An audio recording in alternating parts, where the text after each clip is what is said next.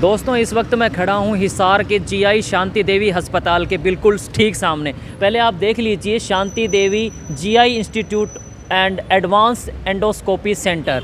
दोस्तों आज के समय में क्योंकि लाइफस्टाइल ऐसा हो गया है, डे टू डे इतनी ज़्यादा बीमारियाँ आ गई हैं, उन सब का इलाज जब आपको एक अच्छा अस्पताल मिल जाता है वहीं पर पॉसिबल हो पाता है। एक यहाँ पर बहुत बड़ी सर्जरी को अंजाम दिया गया है। यहाँ पर एक इतना बड़ा ट्यूमर 2.5-3 किलो का ट्यूमर यहाँ पर निकाला गया और इस ट्यूमर को सक्सेसफुली निकालने में जो डॉक्टर की टीम लगी थी उसमें हैं डॉक्टर सैजर अली और डॉक्टर कपिल जैन, और उन सब की टीम ने यहाँ पर सक्सेसफुली इस ट्यूमर को बाहर निकाला। और ये ट्यूमर हुआ था बिल्कुल यंग एज के 19-20 साल के एक लड़के को। तो यहाँ पर जो है इस हॉस्पिटल के अंदर हम चलते हैं और बात करते हैं डॉक्टर साहब से कि कैसे ये पूरा प्रोसेस हुआ, कितना रिस्की था।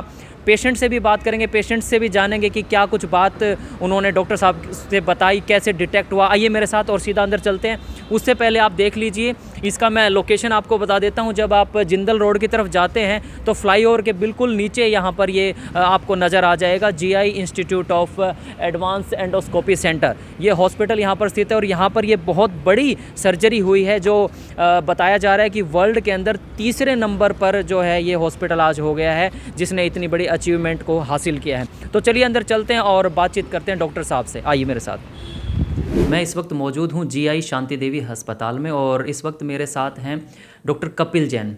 तो ये हॉस्पिटल जो है एक बहुत बड़ी अचीवमेंट प्राप्त करी है इस हॉस्पिटल ने, वो क्या है वो बात कर लेते हैं डॉक्टर साहब से। डॉक्टर साहब सबसे पहले तो आपका स्वागत है हमारे चैनल पर। बहुत बड़ा कॉन्ग्रेचुलेशन, ये जो सर्जरी को आपने सक्सेसफुली जो है किया है। थोड़ा सा इस सर्जरी के बारे में बताएं। ये जो पेशेंट था ये कौन था, कहाँ से आया था, इसको क्या प्रॉब्लम थी, थोड़ा ब्रीफ में बताएं सर। पेशेंट एक यंग लड़का था विजय, ये हिसार के पास के एरिया का था और ये मर्चेंट नेवी में काम करता है। और इसको काफ़ी टाइम से पेट के बाएं तरफ में एक हल्का हल्का मीठा सा दर्द रहता था और इसने अपने रूटीन मेडिकल टेस्ट में जब उसका अल्ट्रासाउंड हुआ तो उसको एक बहुत बड़ी एक लंप, जिसको हिंदी में गांठ कहते हैं, वो बताया गया। तो उसकी इवैल्यूएशन के लिए जब उसको छुट्टी मिली तो वो दिखाने आया। फिर हमने उसका जब सीटी स्कैन वगैरह कराया तो जो गुर्दा होता है, गुर्दे के ऊपर एक ग्लैंड होता है जिसको एड्रिनल कहते हैं, वो हमारी बॉडी के अंदर कुछ हार्मोन्स बनाता है। उसका करीब 20 सेंटीमीटर का एक बहुत बड़ा ट्यूमर था उसको, और वो ट्यूमर उसके पूरे पेट में जगह ले रहा था। तो उस चीज़ के लिए हमने उसको एडवाइस किया था कि उसको ऑपरेशन करा लेना चाहिए, क्योंकि ये ट्यूमर धीरे धीरे बढ़ेगा और आगे जाके कॉम्प्लिकेशंस कर सकता है।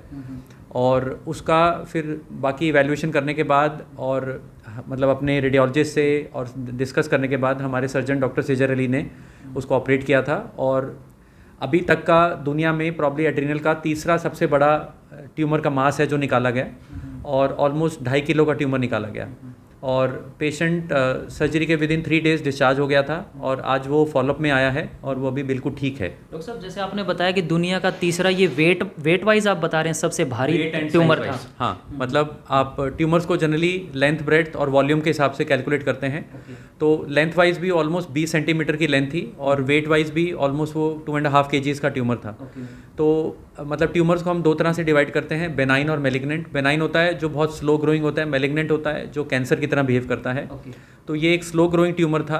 तो स्लो ग्रोइंग ट्यूमर्स में प्रॉबेबली ये सबसे बड़ा है आज तक का, और जो अगर आप प्रॉपर कैंसर की तरफ लें तो उसमें प्रॉबली ये तीसरा सबसे बड़ा था। डॉक्टर साहब अगर मैं बात करूं इंडिया में, तो ये जो ट्यूमर था क्या ये अपने आप में रेयर था, क्या ये सर्जरी थोड़ी टिपिकल थी जो अभी तक नहीं हुई थी आपके हॉस्पिटल में या पूरे हिसार हरियाणा या इंडिया में, इसके बारे में थोड़ा बताएं। देखिए, एज सच सर्जिकली ये कोई रेयर चीज़ नहीं है। एड्रिनल के ट्यूमर्स बहुत मतलब रूटीन में हम देखते हैं, बट ये बाकी कैंसर से थोड़ा सा कम दिखा जाता है और इसकी सर्जरी बहुत चैलेंजिंग होती है।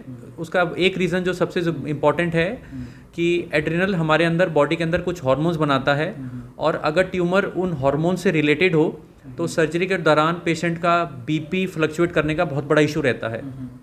तो ये इस सर्जरी का सबसे बड़ा चैलेंज रहता है, बट उस चैलेंज के बावजूद हमने पेशेंट को ठीक तरह से मैनेज किया, हमारी एनेस्थेटिस्ट टीम ने मैनेज किया और हमने सक्सेसफुली पेशेंट को ऑपरेट कराया। अच्छा डॉक्टर साहब, एक मेरा सवाल ये है कि जो ये ट्यूमर हुआ है, क्योंकि ये यंग लड़का था, 19-20 साल का लड़का है, इसकी वजह क्या है, किन कारणों से होता है ये ट्यूमर? क्योंकि जाहिर सी बात है वो मर्चेंट नेवी में है तो हेल्थ का भी ख्याल वो रखता होगा, तो इसके होने के कारण क्या क्या होते हैं, कॉज क्या क्या है सर? देखिए जो ये यंग एज के ट्यूमर्स होते हैं इनका कॉज यूजुअली बताना बहुत मुश्किल होता है। जो टिपिकल कैंसर्स होते हैं जो नॉर्मली हम 40 या 50 की एज के बाद देखते हैं वो क्लासिकल रिस्क पेशेंट्स होते हैं। जैसे पेशेंट अगर स्मोकर है, अल्कोहलिक है या उसकी फैमिली का कोई रिस्क है कि फैमिली में पहले ट्यूमर्स हो चुके हैं तो फैमिली हाई रिस्क में चली जाती है।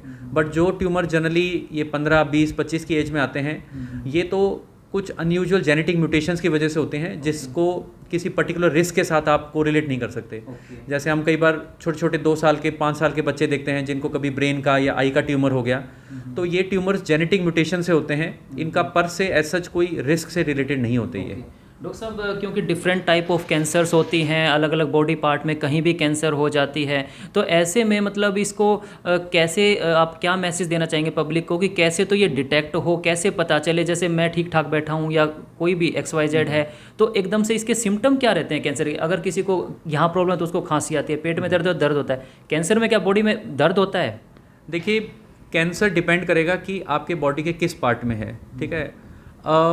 कैंसर के साथ सबसे बड़ी प्रॉब्लम यह है कि शुरुआती स्टेज में पेशेंट को कोई भी लक्षण नहीं होते, ठीक है। अब जैसे आपको फॉर एग्जांपल दे, जैसे आपने गले की बात की कि पेशेंट एक सिंपल प्रॉब्लम लेके आ रहा है कि जी मेरे को महीने 2 महीने से ना गले में खराश सी रहती है, तो हम उसको नॉर्मली इग्नोर करते रहते हैं कि जी तेरे को ज़ुकाम हो गया, तेरे को किसी चीज़ से एलर्जी हो रही है। और लोग कई बार उसके लिए होम्योपैथिक दवाई ले लेंगे, आयुर्वेदिक दवाइयाँ ले लेंगे, चूरन खाते रहेंगे, और जब वो बीमारी बढ़ जाती है तब वो जाके अपना कोई एंडोस्कोपी कराते हैं और उसमें उसके गले में एक ट्यूमर पड़ा होता है।